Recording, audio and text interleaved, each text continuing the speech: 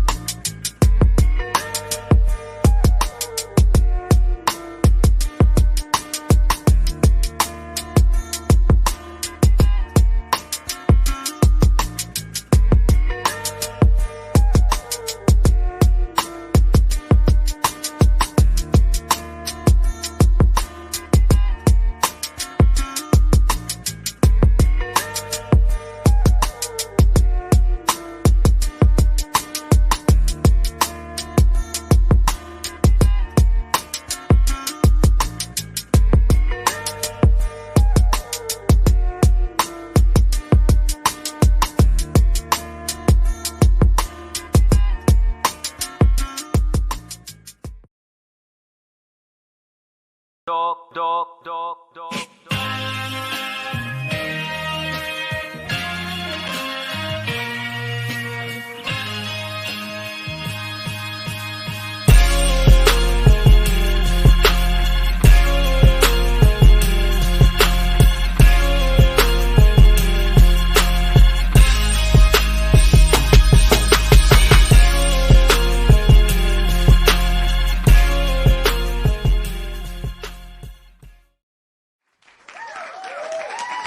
Thank you. We are back. Another live from Fayettenam Friday. I'm the one and only Paul Masson. I'm joined by Mr. J, who you got the hip hop background going on over there. What's good, man? We love the 90s. Yeah, man. 90s We hip hop, definitely up love and the down, 90s. all day, every day. So, as usual, we always have guests on this show. We're going to bring on tonight's guest who's been waiting patiently. He was on here before we was on here ready to go. The one and only Cayenne The Lion King. Let's bring him on. Yo. What's up, family? How y'all doing, man? For real. What's good? Seems to be a lag or something. You hear that, Jay? Like the background? Yeah, a little bit How of about that lag, right a little there? bit echo. How about that right there? All right. Gotta put the thing on the Keep, loudspeaker, man. It might be the loudspeaker. How about that? okay, Yeah, okay. I could barely hear them. Can you boost your volume up any? As far as your Y'all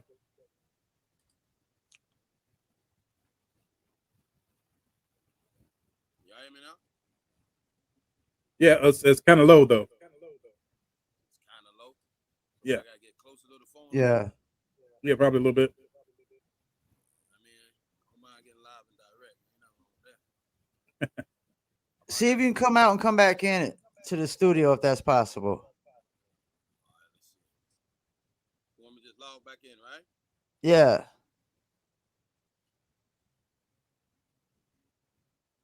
Jay, you still there? Yeah. How's my audio sound? Everything sounds straight? Everything sounds good, man. Okay, I couldn't hear him at all. Could you couldn't hear him, right? It was low. It was very low. Okay. So I don't know what's going on with that, but yeah, it was a little bit low. All All right. right, let's see how you How about that what's right now? good. Oh man, it's real kind of low.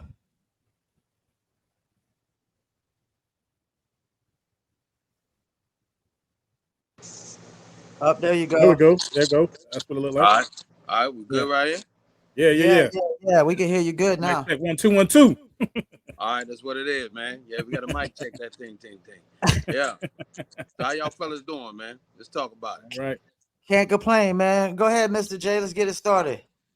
Yeah, man. Just kind of break it down, give them a little background on yourself for those people who don't know. You know what I'm saying? And Word. we'll go on to some other questions to get a little bit more depth on Yeah, well, what I'm the you got one and going on. only, Cayenne The Lion King, you know what I mean? You know what I'm saying? I was born in Georgia, man, but, I got a lot of culture behind me, in front of me, around me, you know what I'm saying?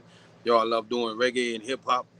I have a fusion of the both, you know what I'm saying? Because, I come from both lifestyles, you know what I mean? So, I incorporated two in my style of lyrics, you know what I mean? Because I'm a lyricist.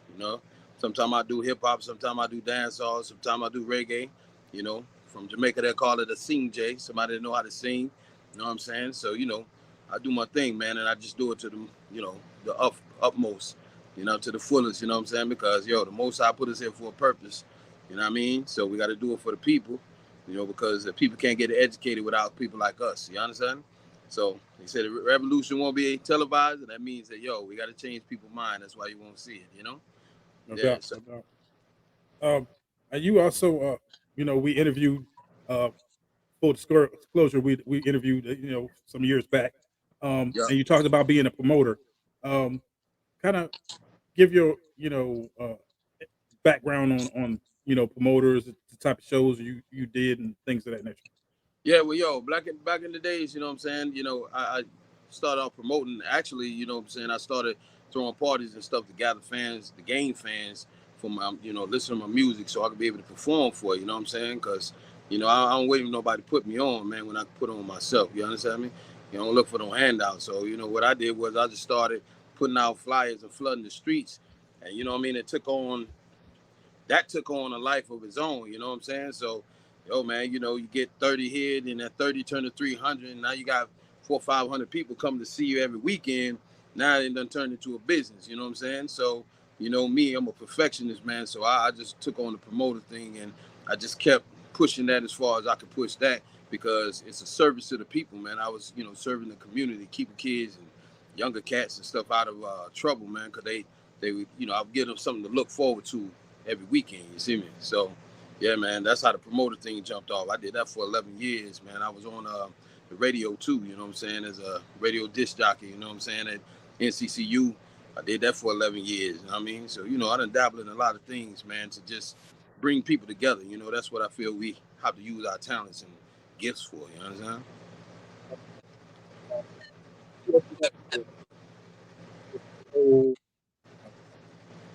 Opened up for a couple other people.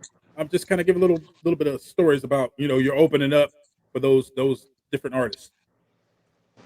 I mean, your first one, man, I'm gonna tell you the truth, man. You know what I'm saying? I gotta big up the man like Mad Lion, you know what I'm saying?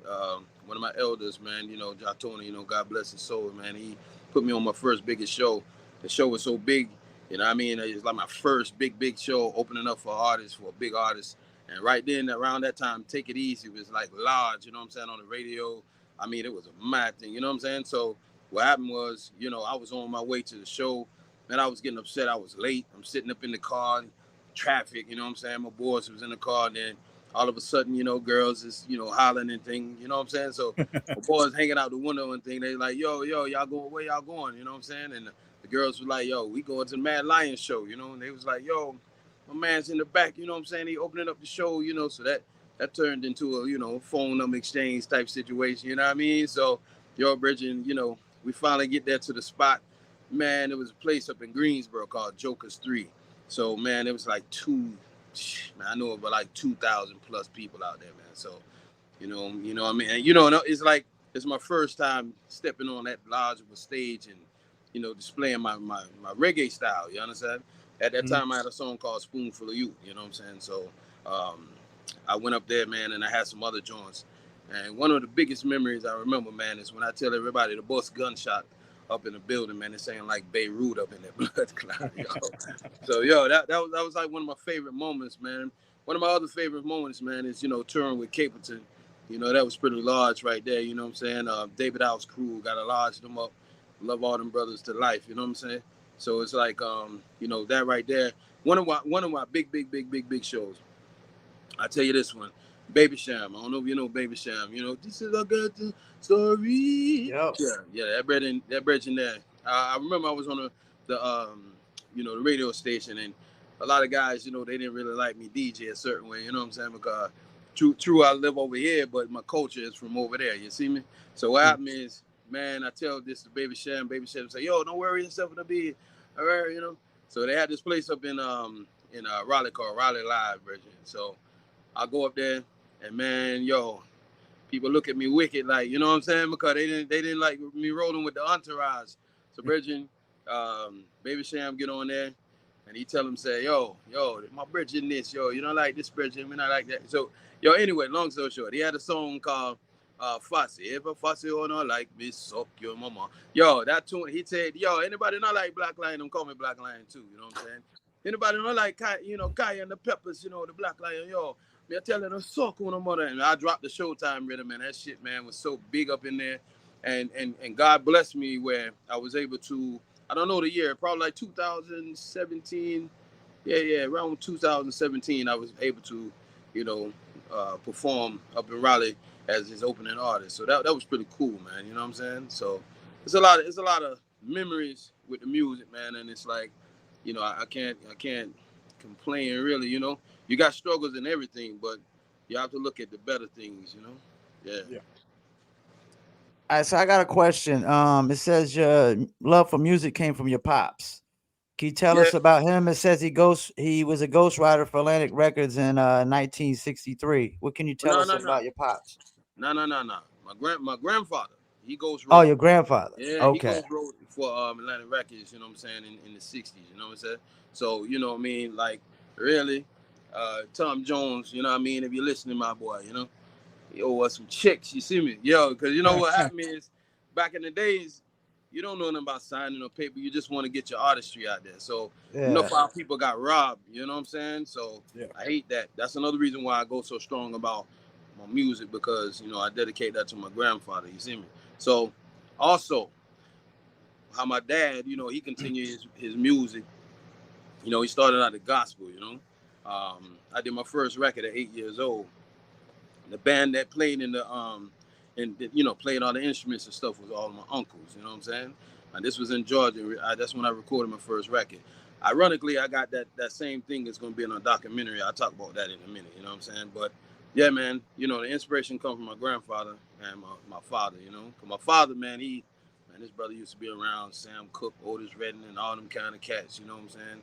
You know, my biggest memory with this brother is, man, I'll be sleep, you know what I'm saying, on my little bunk bed, man. My dad will bring me in the living room. He got some girl he bring up in there, and he just sing to the girl cry, bitch. You know what I mean?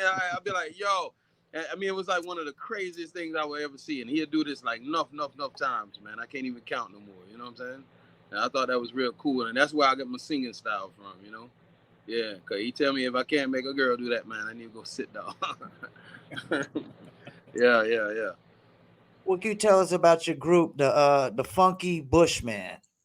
Yeah, the Bushmen, man, we started out some cats in high school, man. You know what I'm saying? Okay. I moved down here from Atlanta.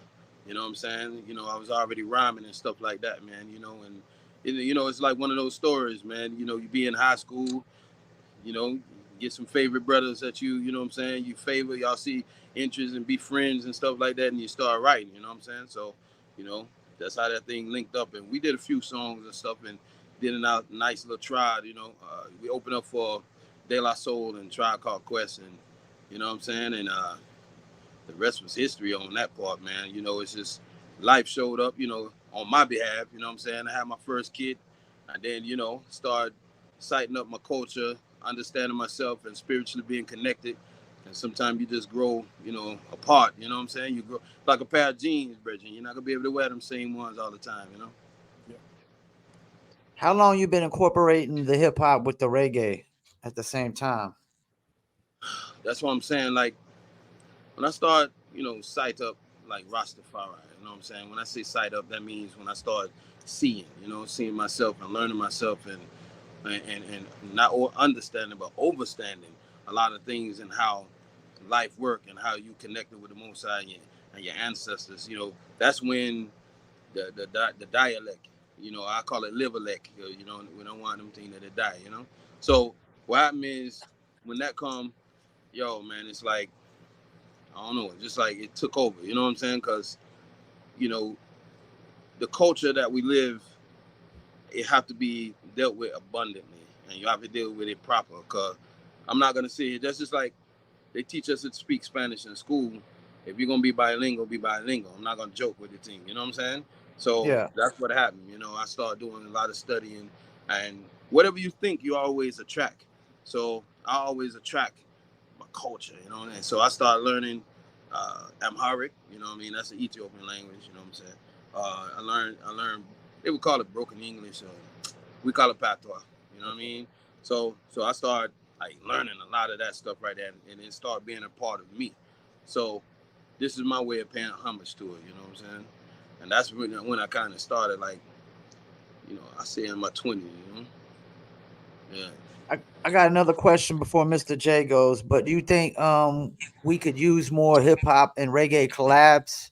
I mean, we haven't had a ton of those through history, I don't think, anyways.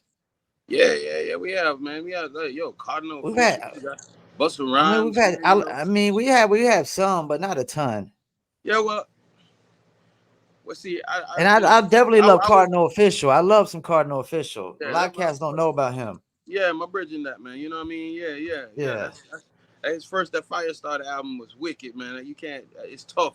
You put it in a nice sound system, man. Yeah. But I think it doesn't even take the artist to collab all the time either. You know what I'm saying? Yeah. Because that's just like with a lot of my shows. Depending on the type of show it is, I might put on a reggae joint, you know. And I got a song that's called it's big called lyrics. Cayenne The Lion King. So if I'm going in a kind of ragga, like a rough kind of crowd, man, I do lyrics on the dance all beat. I wouldn't give a fuck, you know what I mean? And then and it messes them up. They be like, yo, what the hell is that? And then my fans that normally hear it on the hip hop beat, the boom bap joint, they be like, oh man, I know this ain't no remix. You know what I'm saying? That's just like I got a big tune called Ding Ding Ding, right? Man, that song took off like crazy. So I could have put it on a dancehall beat, man, like dun dun dun dun dun, yo, ding ding ding ding ding ding ding ding ding. I ain't do that. I put it on this hard boom bap beat. That junk go bum and I go, yo, ding. So it's like an anthem, you know what I'm saying? So it gave a different effect. So a lot of times, you know, to answer your question, I don't think it needs to be like the artists themselves, but I think we had a ton of collabos when it comes to the music, the you know, the words, the arrangements, and the artists that they're on it. You know what I'm saying? Yeah. So I think that evens it out. You see me? Definitely. Jay, you go I ahead. wanted to go kind of expound on the your thoughts on the promoter side as far as we had a discussion or certain things were floating around social media about artists, independent artists, and promoters paying independent artists to do shows.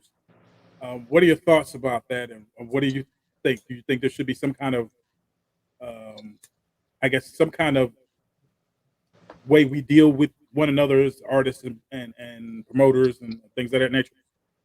Well, personally, you know, what I mean, I don't care if I lift a piece of paper and take it to the next room.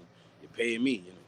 You know what I mean? If I brought that paper, you know what I'm saying? If a man do a work, a woman do a work, you'll pay them. You know what I'm saying? Because a lot of people don't know it's harder for us to be able to take one thing and move it to the next place because you don't have what they call a team or a unit to help you move that. You understand what I'm saying? So the promoter to me needs to be the team or the unit. Enough time, I'm telling you, man, some of these artists bust. You understand? Because I would take an artist. I don't want you to pay me nothing, man. I'm gonna put you on stage. You know, I'm a graphic designer too, so I did all my flyers. You know what I'm saying? So I would go literally meet that youth because I know he probably don't have the money to do the you know professional photographers. You know, so I would take a picture of them myself, take that home, and I put them on the flyer as if they a big top of top artist. You know what I'm saying? Because you don't know what that does to the morale to a next month. You know what I mean? You know, I'm trying to teach these kids, you know, as well as the elders, how to fish. You understand? Because it may be a day I need food too. You understand? So to answer your question, I think in the fullness is, it's not the promoter's responsibility to move your music, but it's your responsibility to move the promoter. You understand what I'm showing you? Yeah. Okay. Yeah, you know. And also, of course, big up to the Herb Train movie. Um, Yeah, yeah, Loved being there and being a part of it and being able to see everything. yeah, Even though man. I was like a blink, you know what I mean. Yeah, But man. it's definitely a great experience. Right. How do you feel about the whole movie production thing and how Well, things are going on in the state? I mean, first and foremost, you know, I give thanks to be able to have the ability to bring a vision together. You know, 'cause I had a lot of people who's like, yo, man, this man ain't making no full feature movie and blah blah blah. But you can't listen to them. You have to listen to yourself. You're your best competition. You know what I mean? So when it comes to the Herb Train, man, it was an opportunity to, because I'm a real serious bridging. You know what I'm saying? I'm serious about me talking to you guys. You know what I'm saying? Because life is life. You know what I'm saying? And it's an opportunity that you guys have, you know, presented to me, and I pray and you know, pray the blessings of this whole moment push y'all forward to be successful. You understand what I'm showing you? So Okay. the thing is, with that movie, it gave me an opportunity to bring in certain people from my community that has been supporting me since day one, Bridget. Like, these are people that haven't taken one day of acting class. They trusted everything I said, man. You know what I mean? Like, to show that loyalty, to receive that loyalty from the community, and they trusted me to not put them on a big platform to be laughed at or judged or anything, man. That's like the biggest thing to me, man. Like, you know what I'm saying? And I love all them cats for that shit. You know what I'm saying? So the other thing is, you know, that's really, really big. I took my sons, you know what I'm saying? I took them, I said, yo, you know, one in particular, he wanted to do film because he was getting in trouble all the time. I said, yo, Bridget, you pick up this camera, Daddy, I'll show you how to take this camera and do something with it. And that's a big thing that I did, you know, because it kept that man, you know, straight, got him graduated out of high school. You know what I'm saying? Yeah. So along with That's that, what's his up. brothers, you know, his brothers was right there and showed him, you know, they support him, they support me, they got his back. I remember one of my sons, he looked at me, you know, and you know, he was kind of teary eyed. He's like, "Yo, Dad, you know, I'm gonna tell you the truth, man. Like, I ain't know what the hell you were telling us to do." He said, "Yo, I was just doing being a good kid and did what you told us to do, you know." And he said, "Now that I see what you was talking about," he was like, "Man, you know, that that took him to another plateau to be able to visualize." You know what I'm saying? That man right now is up in UNC and doing all kind of scientific shit. You know what I'm saying? So that's So the biggest thing about that movie. Yeah. Besides it being able to be looked at upon the world, and I got like 40 different awards and trophies and stuff like that from different countries, man. Like it just took on a life of its own. So my thing with that movie is just to let people know that, yo, man, like you can do whatever you want to, man. As long as you visualize it, you can materialize it. You know what I'm saying? Yeah. But I think that's about it right there. Besides, you know, I was able to cut the fool up. You know what I mean? I used to cut up in school and be a funny nigga too. You know what I'm saying? I don't know funny nigga shit, but you know what I'm saying? Like, yeah, I used to be, I got some jokes for a motherfucker. You know what I mean? Like, so you know, I'm gonna say this. I got to mess with myself because, you know, through certain stresses from being in charge of so much, you know what I'm saying, and things start taking, you know, place, you have to try to keep things in place. You gain weight, you know what I'm saying, and that's one of the things that really pissed me off about myself, because you know how niggas will be like, yo, that nigga let himself go, you know. But see, my way of looking at that and dealing with that was, I say, yo, because I laugh at myself, because I ain't gonna lie, you know, big guys in school. One of the guys from the Bushman, you know, he was a big guy. You know, I used to pick on him and stuff. And then when I realized I got overweight, I call him. You know what I mean? I said, yo, Reggie, you know, like them fat jokes, man. You know, I had to apologize. You know what I'm saying? And he was like, yo, man, ain't Oh nothing. man. Nah, man, because I can't. Yo, that was some cruel shit I was saying. You know what I'm saying? And it's like I realized it because now God is using that opportunity to show me that, yo, man, like you have to always look through somebody else's eyes when you're dealing with stuff, you know? Yeah, so I was able to laugh at myself. all right, quickly before you get out of here, let's Yep. talk about talk about your new projects and what you have going on. Well, I got, you know, the epidemic, man. That was, I dropped that in 2021. I still got some new videos we're doing. One of my favorite joints on there, they call It's Me. I think, yo, y'all, I'm gonna put some money behind that joint. Y'all gonna love that shit, man. If you like The Shining and shit like that, yeah, you're gonna love that video, man. So I Okay. got that right there.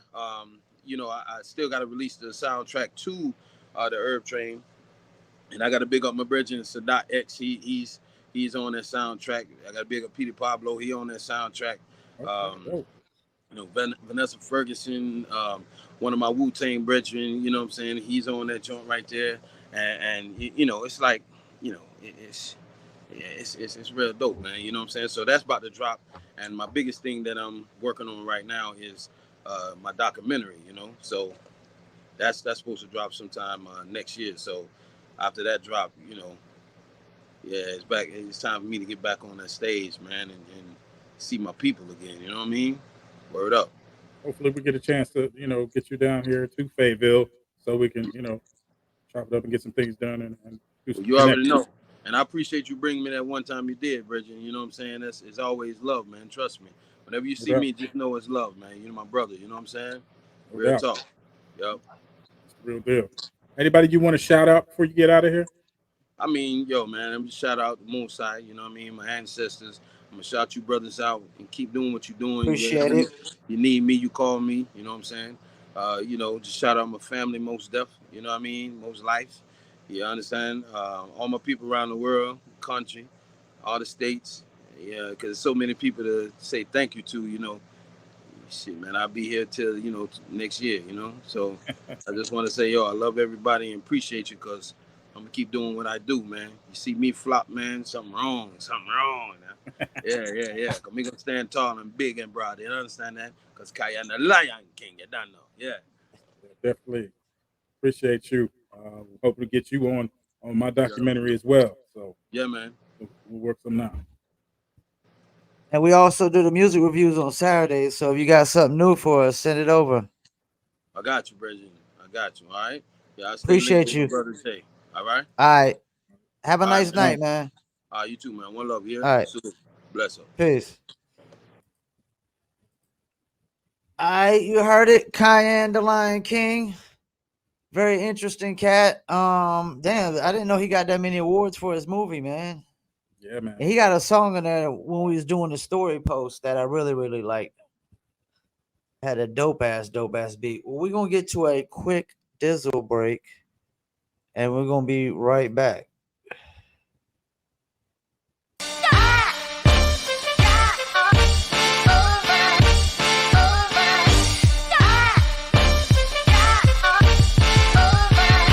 That dizzle ain't no joke, got me addicted, ain't no coke. Let's just have a toast. Anybody want some smoke? Cause it's up, I be dizzled up.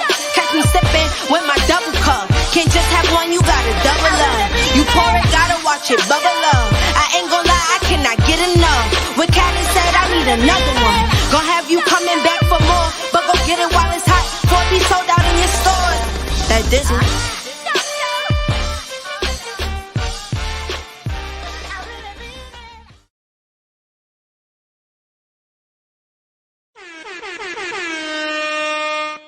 That's right. I really mean it. You could dizzle too. Dizzle is a premium luxury liqueur mixed with agave tequila, cognac, and orange liquor mango mix. So your dizzle on ice, and it's nice. Go to dizzlebrand.com. We got the new cans, as you see right here. Of course, the Dizzle brand bottle. So if you don't dizzle, I don't know what to tell you. Jay, we didn't really have a topic, but it's something I kind of want to discuss. The Lord Jamar and KRS-One thing. All right. We mind, you don't mind discussing that? Let's talk about it. I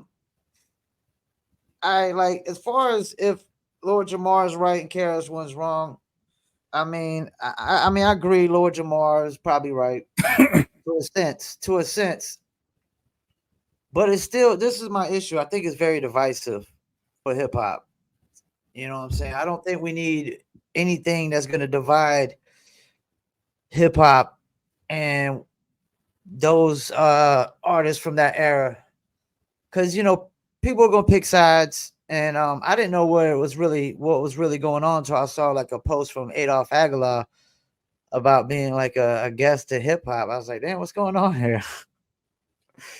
And then I started to figure out, doing some research, that I guess Lil Jamar said disagree with KRS-One about Puerto Ricans helping start hip hop. Now, and then they said something about Jamaicans too, but I thought, what was Kool Herc? Kool Herc was Jamaican. Okay, his so lineage is Jamaican. I think really the issue for me when they start that stuff, it's really kind of trivial. I mean, if we want to get down to the brass tacks and get real in the mud on stuff, the reality is, if we want to get real heady about it, scientifically, everybody from Africa. So the bottom line is, what are you arguing about? The drums that come out of the Caribbean, regardless of whether they're Latin or direct African influence, they all come from Africa. They all come from West Africa. The lineage of Puerto Ricans is partial African. Yeah, you have the Taino Indians and you have Spaniards, but the reality is, it's African. So, I mean, you're really arguing semantics. You're not really. It really doesn't make sense. Yes, Puerto Ricans have a heavy influence when it comes to b-boying, when it comes to even DJ, Tony Touch. Like, how do you separate that? Doo-wop. DJ Doo-wop. You know what I'm saying? It's I don't know. It's the argument for argument's sake, really, to me. Like, you got Fat Joe, Big Pun. I mean, there was a lot we were naming the other day, man. I mean, there's a lot of Hispanic and Latin rappers and just DJs and break dancers. Crazy Legs was, if I'm not mistaken, was he Puerto Rican? Yeah, Crazy Legs is Puerto Rican. I mean, like I said, it's an argument for argument's sake. And this is another thing. It's it never like, makes sense. are we only going to take one element of hip hop and just say that dictates all the other elements? Because I thought like hip hop was made up of multiple elements. And it's like I even saw Psycho Les posted something about some brothers from the 60s that were rapping and stuff. He's like, yeah, Puerto Ricans wasn't there from the start. I'm like, but why we got to make an argument about this like out of the blue? Like, so, I mean, sometimes I think if you disagree with a cat, you ain't necessarily got to get on a video and you know, you could just maybe post something on Twitter or something. Yeah, I don't really agree with that. But when you start getting in, post a video, you get into context, and I don't know, man. It's really not, like I said, to me, it's nonsensical. I mean, the very tenets of hip hop is peace, love, unity, and safely having fun. How does that go to any one of those tenets? You sitting here arguing about who did this, who did that. You might have semantic arguments. When it comes to historical stuff, what timeline did it fall on? People say hip hop started in '73. Some people say it started. Other historians or individuals who were actually there say it started earlier. You can get into all kinds of semantic arguments about when this started, who did what. Just appreciate the culture and honor the people who are in it. We waste too much time, too much energy, hating, being, adversarial, for no reason whatsoever. When we got a culture here that is so inclusive. He talked about, doing promotions and stuff like that, and being different places. And when I interviewed him years ago, he talked about doing shows at Cat's Cradle and stuff like that. I went to see KRS-One at Cat's Cradle. I did too. And I spoke to a guy. Me and my brother were both there. So we spoke to a guy who you never would have thought would have been at a KRS-One show. Biker guy, had a biker vest on, all this other stuff. And they're like, what is he doing? One of these things is not like the other. Yeah. But talked about closing his biker bar down on the coast and coming to see KRS-One because he was one of his favorite rappers. Where in the world does that ever happen? And what other genre do you bring somebody that, visually opposite in with other people? All kinds of different backgrounds, all different races, all different, religious backgrounds, mental mind states, all vibing to one thing. I don't think rock, pop, and country is as diverse as a hip hop concert. I remember we went to the DJ premiere up at Raleigh, and it was like a sardine can in there. It was like a 2-story joint. It was a little upstairs part and then mainly downstairs.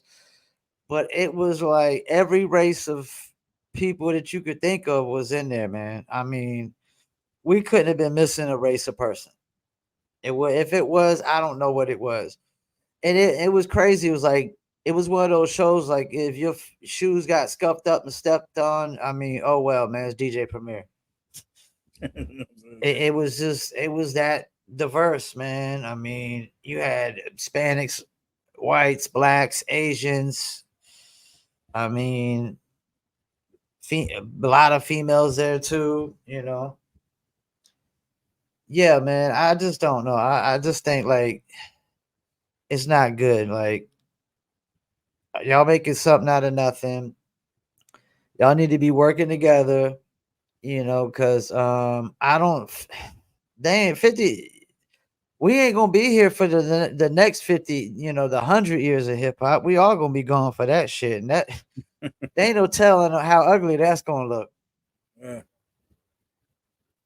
That's gonna be headlined by Sexy Red. And please no. Please That's gonna be don't let it headlined by happen. Sexy Red, yo. Don't let it happen. At least not Sexy Red as she is today. She might mature between now and then, but don't let it be this Sexy Red. I don't know. I don't know, man. Some people, man, they gotta play that part forever. I was watching reruns of Counts Customs, and you got Elvira on there. Elvira plays that part forever. Some people like when that's the only character they got that they can make money off of. You know, they say the Macho Man played the Macho Man everywhere he went. Yeah, man. He was true Oh kayfabe, as they yeah, call brother. He was at home. They said he'd be at home with his wife playing Macho Man still. It's like, yo, wow, that's crazy. Like, at some point, you got to stop playing the character, right? You got to give it up, man. Can't be out there asking for food or whatever. Your wife asks you want a pot roast, and you going, Hulk Hogan's the punk. Oh yeah, let me get a pot roast, brother. I told you Hulk Hogan was the punk. I never liked Hogan, man. Uh, Yo, before we go, man, I know it ain't music related, but Bronny James to the Lakers, 55, a lot of uproar. What do you think? As a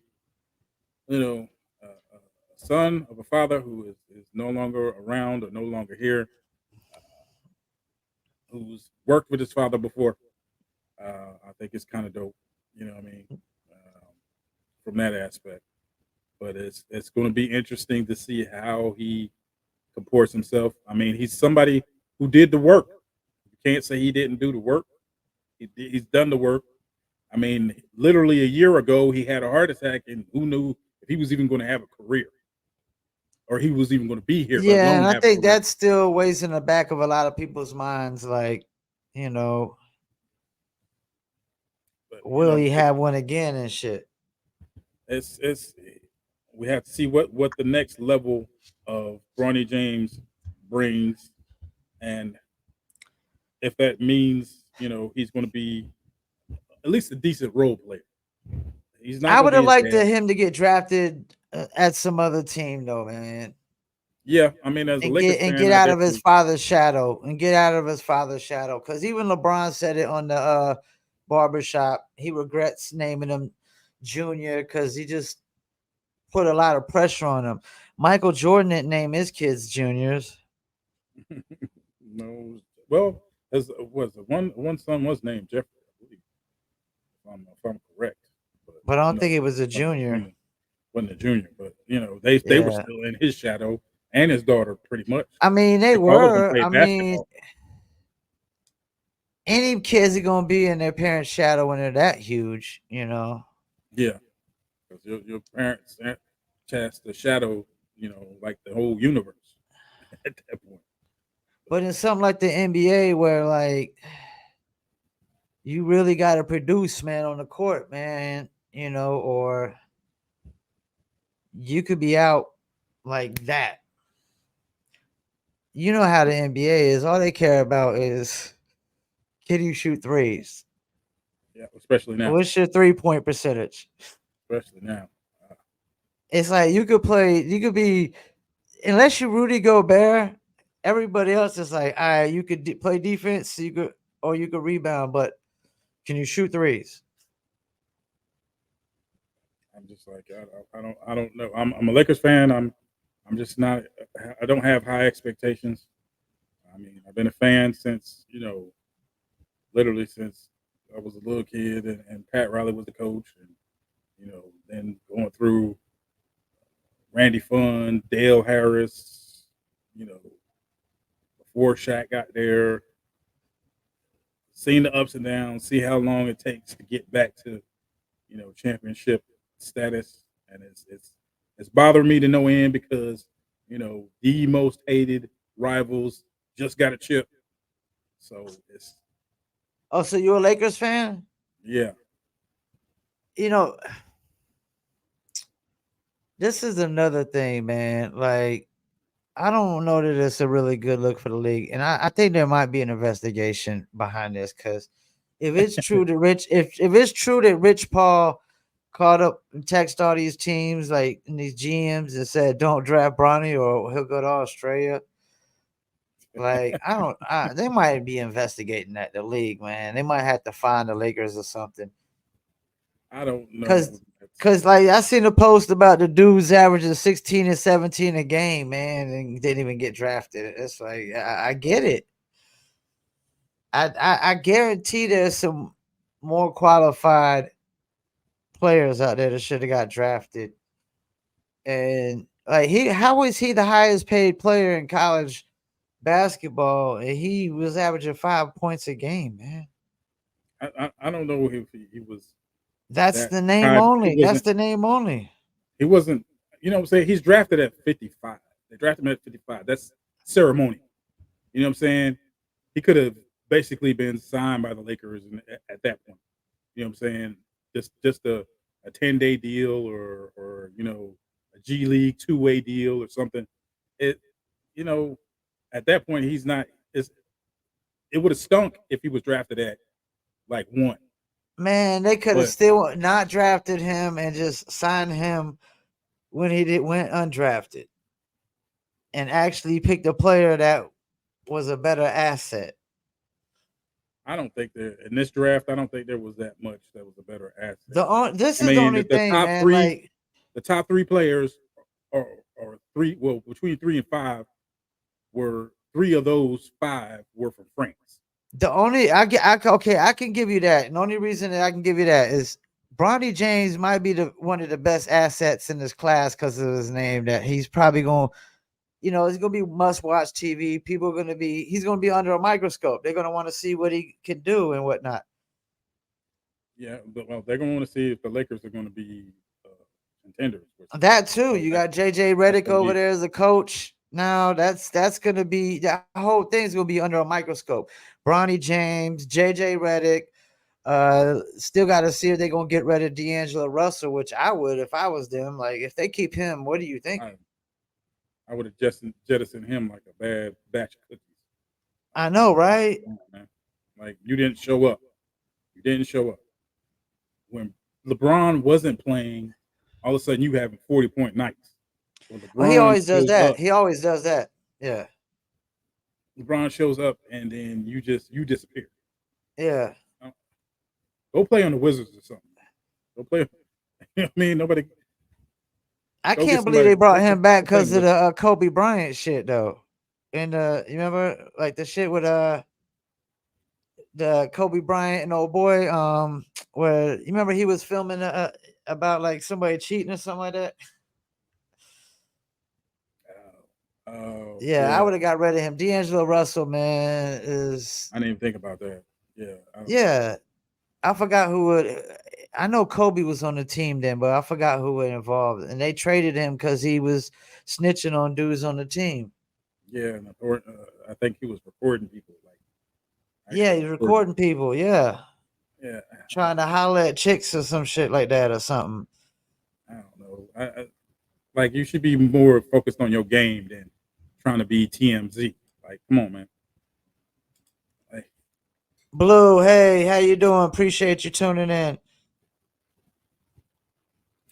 We got about to hit the 50-minute mark. I don't know if you want to just wrap it up with some shout outs, call it a night, or what? I think we got trying to get into it. Trying to find one more thing. I thought I had a topic here. Yo, we got Punchline next week. Yeah, Punchline's in next week.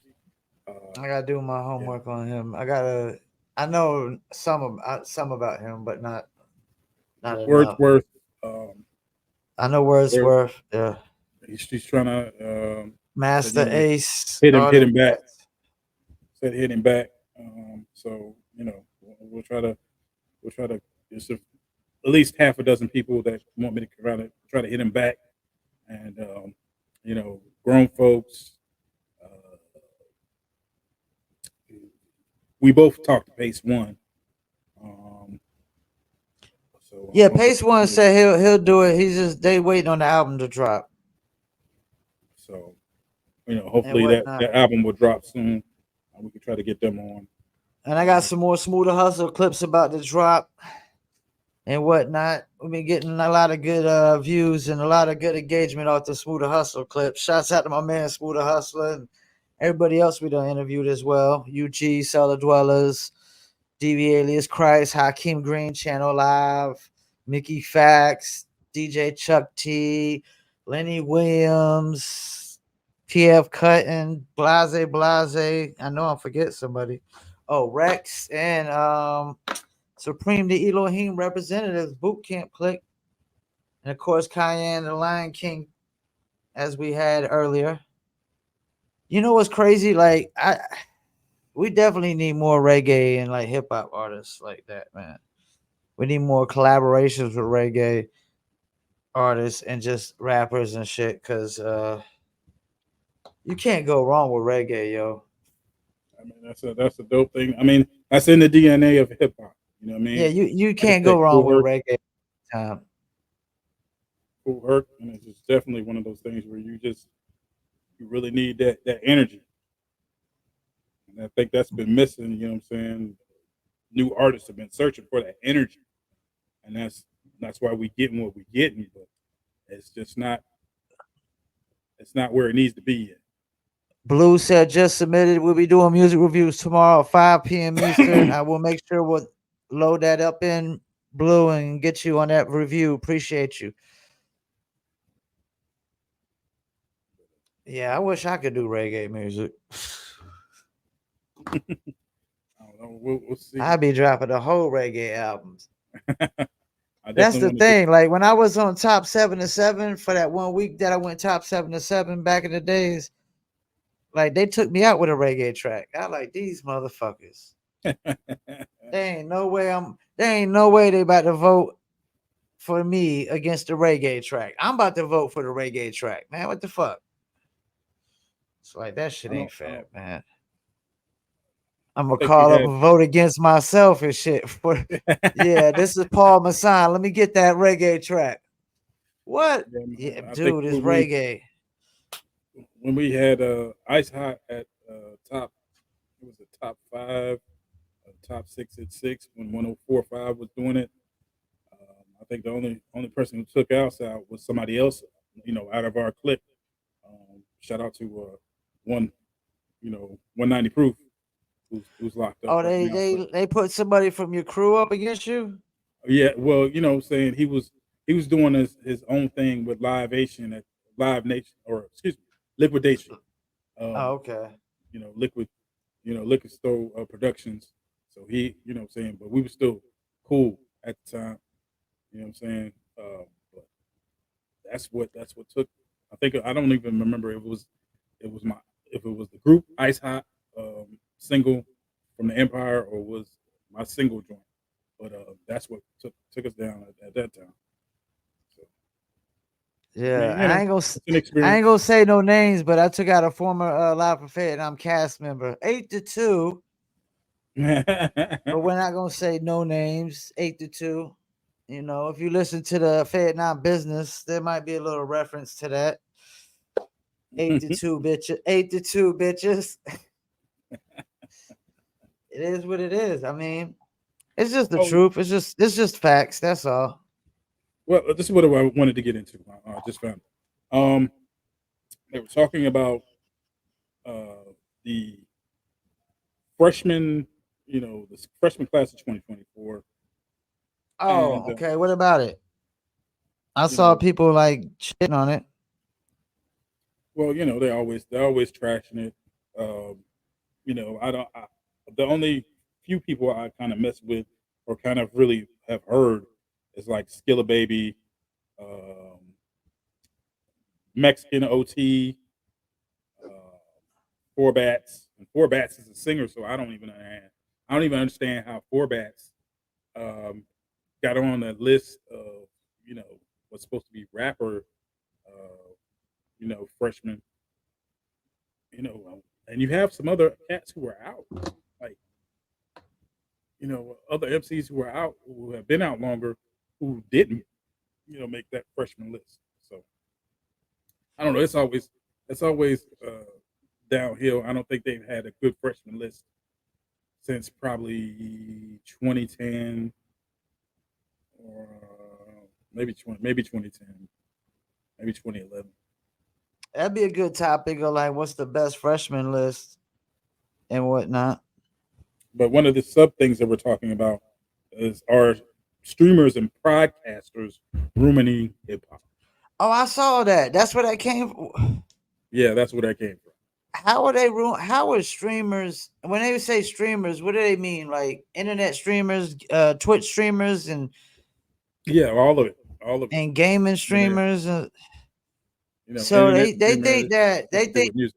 podcasters are dictating what people listen to. I think so, or either How are podcasters dictating what people listen to? that's my question. I mean, people are still, regardless of what people say, people are still even listening to radio. So you got all kinds of different influences from terrestrial radio to satellite radio to podcasting and streaming, where people can kind of pick their own playlists. So I don't. That's Okay, well, it's we insane can to me. already take podcasters out. We can take podcasters out because podcasters, I mean, what podcasters are you talking about, anyways? Like, what podcasters are streaming a lot of mainstream music that I don't know about? I thought all the big podcasters were actually just talking like we are and shit right now, and just doing interviews and creating content like that. Now, let's get into the streamers, gaming streamers. Now, we do know who dominates YouTube. Gamers. Yeah. Who dominates Twitch? Gamers. I mean, if you want to talk about YouTube and Twitch, but I think the only podcaster they would be able to even talk about is what's his old dude's name? Who? He was on that We the People when it was on Revolt. Who are you talking about? Whackademics. DJ Whackademics. Academics, but is he dictating what people listen to? I think he has, some people's ear. He champions certain artists and certain people he goes at just kind of get views. Is he champion just trash artists? Or what we would deem as trash artists or whack artists, or case in point, Snitch 9. So that was his buddy. They were out there, hanging out by the pool, all that. Did he change? There's a few other artists. But all due respect, man, 6ix9ine had a few tracks that I like, man. I definitely like the joint he did with 50 Cent and Uncle Murder.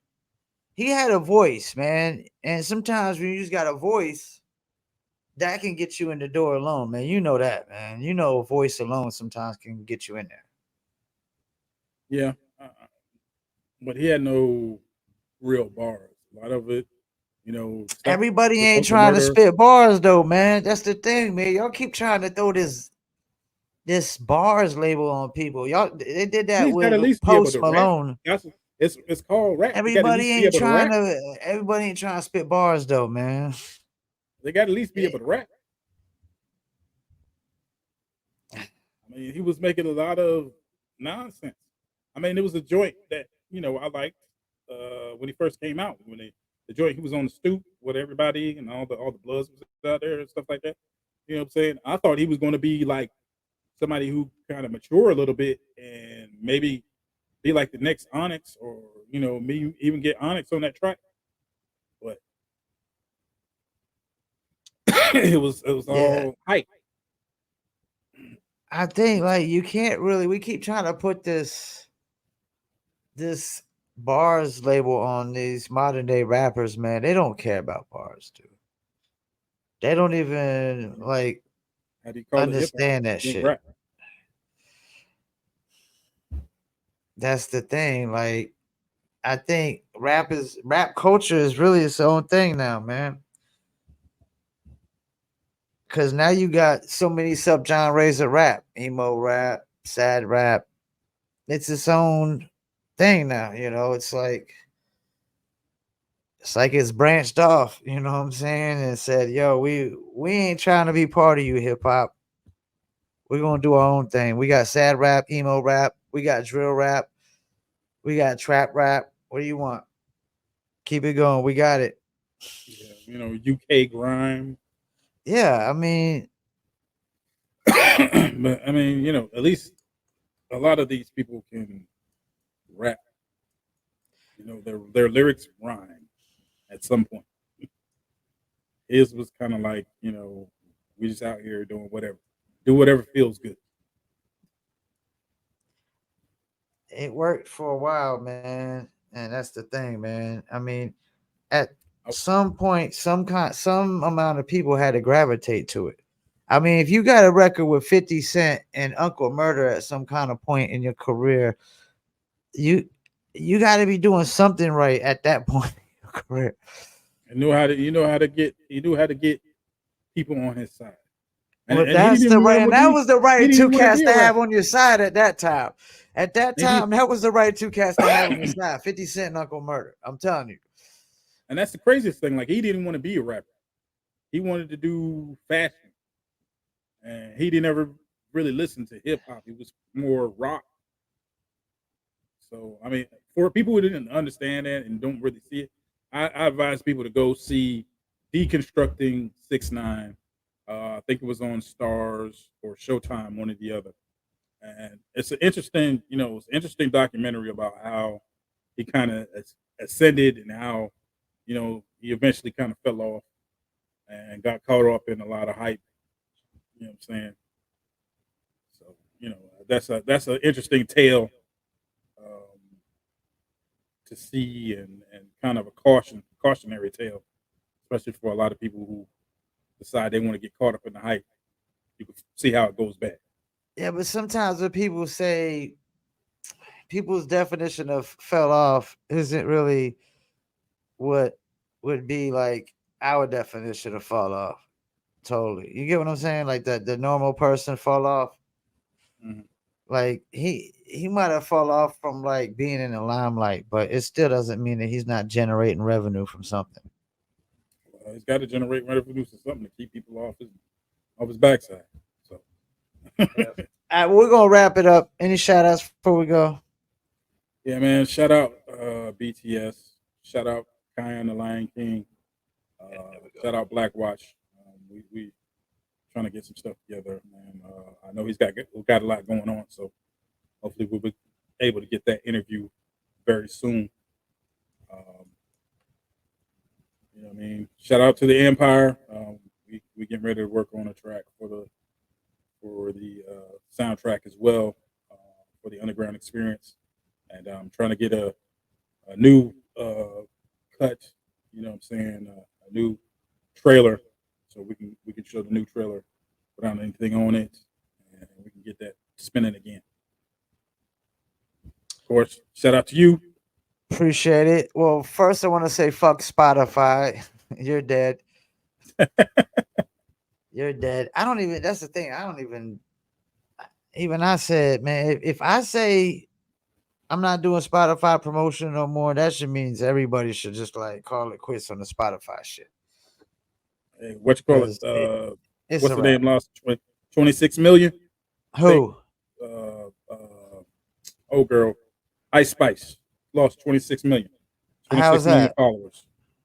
From 26 what? million followers for on Spotify. From what? What caused that? Looks like she just doesn't have the momentum she had when she first came out. And they all Of course, unfollowed you her, ain't got no. or do you think was that bot accounts that got removed? To me, it's six dozen in one hand. You know, one half dozen in the other. You know what I'm saying? Because she didn't have the real substance to keep her above water anyway. And I don't know. She's getting ready to drop an album, and it might go double But wood. who loses 26 million followers at once? People who don't have a lot of substance. I mean, Nah, whether you pay that's for not. it, Nah, that's not. Nah, that whether you pay doesn't. for it or not, you're gonna have you got to have some kind of momentum Nah, to keep you somewhere in that area. I don't care what rap. I haven't seen none of these rappers come out where 26 million people decide to unfollow them. Like they just At least over the stop. They last just past 2 stop. months. They just stop checking. They just stop checking, Jay. When you lose 26 million followers at once, man, there's one or two things that happen. You took some kind of probably political stance that people didn't like, or you probably had a bunch of bots that got removed from Spotify. But I think a lot of people didn't like her anyway to start with. I think People, that's the thing, man. People don't. 26 million people don't unfollow you. They just stop checking for you. So when you lose that many followers at once, it's not because of the music. It's because you took some kind of stance that people don't like, that rubbed them the wrong way. It's kind of like the baby effect. You know what I'm saying? He lost all those a lot of followers because of that shit he said on stage. How many millions of followers you think he lost? I don't know. It had nothing to do with his music. It had everything to do with what he said on stage. But I guarantee you, he didn't lose no 26 million. No. I don't know. So that's fool. I'm thinking there was a lot of bots, man, going on up in there, man. Thinking they botted her account up, make it look bigger than it was, and Spotify did some spring cleaning on these inactive accounts, and a bunch of followers dropped. Because I don't care how whack your album is, man. Nobody's just gonna get that. How many followers total does she have? I'm not sure. I would venture to guess it's probably, was in the like 30,000 to 40,000 range. 40 million range. Probably. That's crazy. Like that can't be because of your album. That has to be something else. But, nobody gets unfollowed that much unless it's something like she said. She took some kind of stance. I mean, these kids are finicky. You know what I'm saying? She probably took a stance on Israel or Palestine or some shit. I don't know. You never know, man. I ain't being funny, man. I'm being serious. Like you can't even get into the middle of those things. You gotta like when people want you to take a side. You gotta hit them with my name's Paul, and that's between y'all. You know, hit him with the Heisman. Hit him with the Heisman. Like I don't even want to pick a side, man. Like Michael Jordan said it best, man. Republicans buy shoes too, and they also watch podcasts just like Democrats. So I'm not. Well, I do pick a side with that actually, but we ain't. It's all good. All right, well, we're gonna wrap it up. Shit. Damn. What we got tomorrow? We got Gazner the Artist tomorrow before the music reviews. Check us out 5 p.m. Eastern, 7 p.m. Eastern every Friday. You know how we do. Peace, and we out. Beats by Trill, straight Killerville, dog.